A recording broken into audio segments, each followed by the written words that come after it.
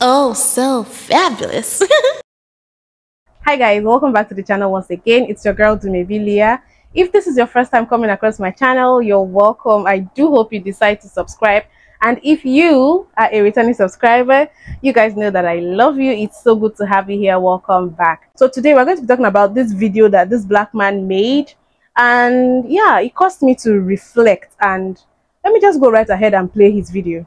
So I have a question for black people and POCs. Is it just me, or is our definition of racism and hate completely different from white folks' definition of racism and hate? Because I feel like it is. See, I made a video a few days ago about not liking that little white boy's content, the white versus black stereotypes, the only videos he can seem to make. And I said I didn't appreciate them. I said white people shouldn't be making black stereotype jokes because they're white.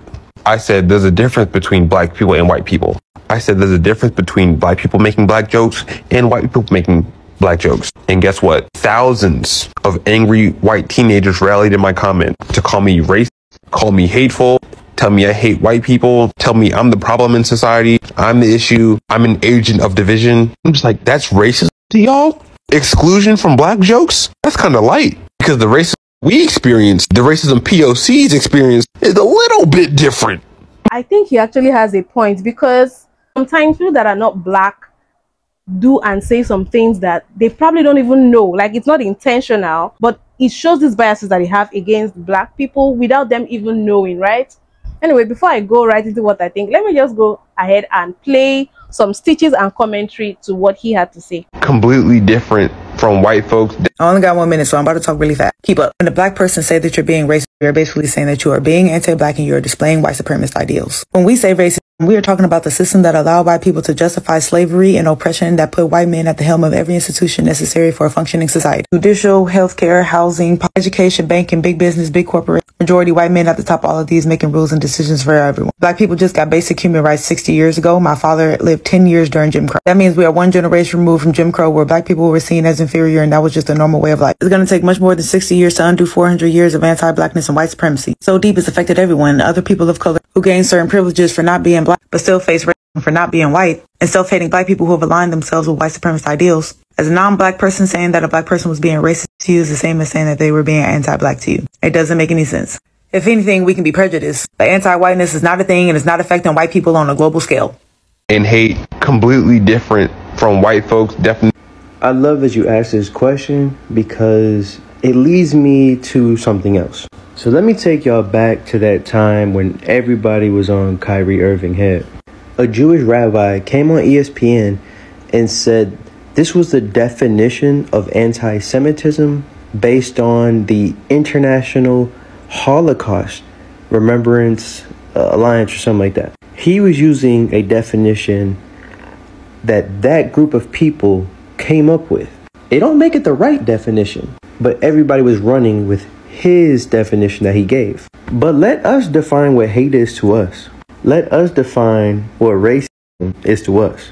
And now it's a problem. And hate completely different from white folks' definition. Tag team into the topic. Let's go. Yes, the Palm people's version of racism is completely different than our version of racism. I like to conclude that as one of my ongoing theories of the other syndrome. Those who haven't watched my other video about the other syndrome, to summarize, is basically when Palm people can't relate to the experience that we go through, so they always try to relate it back to something that they can relate to, so they can be included into the conversation and interject themselves. The example that I used in the previous video was like white LGBTQ plus members. Whenever we talk about race or misogyny as black people, black women, BIPOC women, conversation always gets turned around to sexuality, particularly by Palm people. So that way they can interject themselves into the conversation and prove themselves to not be like the white people that we speak about. But they aren't like the Palm people that have been oppressing us for centuries now. They are the better people, the other people, the superior people in that group of people. If that makes sense. I like that back to the conversation onto why their version of racism is different. In a sense, they're trying to include themselves into the conversation again, because I full-heartedly believe BIPOC individuals cannot be racist towards white people. Be prejudiced, but that's not the same thing as racism. That is not synonymous. The reason for that is because whenever we think about racism, Think about the systemic oppressions placed upon members of a marginalized group in society, keep them held back or treated differently. For example, for black people, because racism, we had to deal with enslavement and the after effects for that, which went into Jim Crow laws, civil rights era, goes into the Jim Crow laws, civil rights era, police brutality, the Crown Act, passive aggressive comments that we still have to go through to this day. Not the way that we speak, how we are gentle, soft-spoken, or we sound more intelligent than the average black person. Of course, other BIPOC communities have to deal with this too. For example, the indigenous community still has to fight for their land that they rightfully shouldn't be fighting for. The fact that new laws are trying to be put in place to take away their children again stimulates from systematic oppressions that we are being put through, and it involves racism.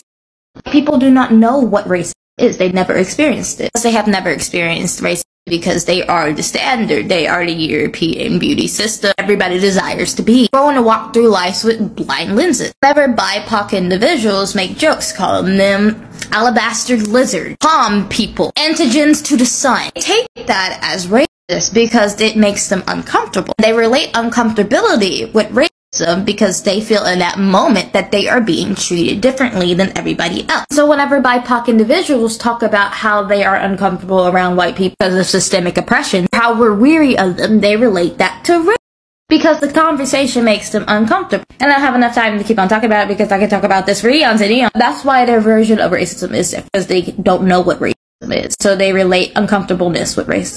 Hate completely different. Oh, bro, it's so different. Like, it's so different. Like, what you gotta consider is, like, the only way I'm talking about, like, anything social in the United States at this point is mass psychosis event, because that's what it is, right? So if in a mass psychosis event, you have an oppressed people and oppressors, it's very self-destructing to tell the oppressors that they're the oppressors, right? Or at least like the vast majority of them, because most people aren't going to want to play that role for real. But you know what role people love to play? The victim. So convince them that no, it's actually the black people who are now being racist to you. It's fully reversed. Completely different from... I truly do believe that white people see racism different than people of color. One particular instance that makes me believe that is one with the white coworker that I was working with that was blatantly racist and said racist things. I called him out for being racist, and his response was, "I'm not racist because I don't hang black people from trees and I don't drag Mexicans off the back of trucks." We all know that that's hate crimes, but in his eyes, because he wasn't causing physical harm to anybody, he was not being racist at all. And in all the media and all the videos that I see on TikTok where they show people being ignorant about racism, yeah, I truly do believe that white people don't think of racism the way that people of color do, because they do not experience the constant violence and threats that other people of color do. In my opinion, yes and no. Yes, because just like those teenagers, firstly, if you didn't see the video, go back and watch the video and then come back to this. But the group of teenagers, thousands of teenagers that were in his comments that were saying like, that is racist, you're being racist towards white people because white people can't make jokes about black people. I think it genuinely comes down to white people not having a basic understanding of how racism works systemically, and being unaware of power dynamics, and then because of that they're not teaching their children. So we're seeing a bunch of ignorant teenagers on TikTok who are like, I'm an ally, but black people are racist to me on TikTok because they say I can't like make a joke about black people. You know what I mean? And then on the other hand, I don't think non-black racialized people should be included in the question, because similarly, non-black racialized people do not understand the power dynamic and the systemic issue of race and anti-blackness enough to have a conversation with their children. And we know that a bunch of non-black racialized people make asses of themselves on the internet, essentially dancing around being anti-black and getting away with it because other people of their community don't know how to hold them accountable to it and don't know how to recognize anti-blackness when it isn't overt. So for that reason, I say yes and no. I think absolutely we have different conversations. If there's a conversation at all, what I usually hear is that black people are the only people having continuous conversations with their children about race because we have to, versus non-black racialized people have, like, essentially, I saw another creator this week talk about like non-black privilege that non-black racialized people have, but are still facing racism, and then white people do not face racism. You don't. And you should be happy that you don't, because believe me, it sucks. So I have a question for black people. I'm going to make this short and sweet. Number 1, the oppressor is never oppressed.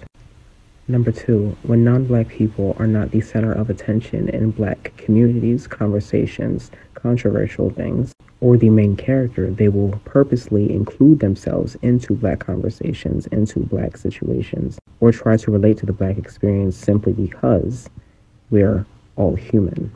Number 3, thanks to things like blackface, blackfishing, and menstrual shows, artificial spray tans on Instagram models, game shows and competitions where they're literally cosplaying and mocking black people. No, they're not much different from each other. They also feel entitled and privileged to keep calling us the N-word based off of who they know from the black community. To them, we're not people. We're just property, possessions, or something to them. Dating a black person is their entire aesthetic. Everybody has jokes for black people, but nobody has actual respect for black people. But there's so much disrespect and hatred disguised in these jokes. I think the people in those stitches have said it all, especially the one by this man in particular. It just reminds me of the kind of mentality that people have when they say, oh, you guys have a right to vote now, like black people in America can vote.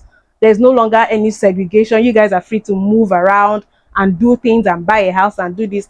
And because of that, they feel like there's no right to the system in America anymore, right? Because to them, it is those extreme things, not being able to vote and all of that, that they see as rape to the system. That's kind of like what this whole discussion reminds me of. So I think, you know, that discussion is something that needs to be had. And I think these biases also show themselves even in some of our allies. Some palm-colored allies that black people have some of these biases, and of course they are work in progress. It probably takes time and a lot of work to, you know, get rid of these biases and anti-black, you know, prejudices and all of that. It's definitely a discussion to be had. Obviously, the way we see race to the system is different from the way they see it, which is why they exhibit some things that to them might not be race to the system, but it's still going to be harmful to black people. So I want to know what you guys think about this. Let me know. Please drop your comment in the comment section. Have you had any run-ins or altercation or situation with a palm-colored person that you thought was harmful to you because it showed race to the system or anti-black bias, but they didn't get it even when you tried to explain to them? Let me know. I would like to read your comments. I always enjoy the comments that you guys leave. And I said I was going to thank you guys for being so kind in the comments. There's a lot of love I see in the comment section. I see you guys, you know, lifting each other up. I see you guys encouraging me as well. I see you guys being a family. Like I am so blessed to have the kind of family that I have in you guys, because I see a lot of Pan-African spirit as well, and that's just awesome. I hope it continues that way. So thank you. I really appreciate it, and thank you for watching my videos. I cannot thank you guys enough. Thank you very much. Please don't forget to give the video a thumbs up and subscribe if you haven't, and I'll see you guys in my next video. Bye.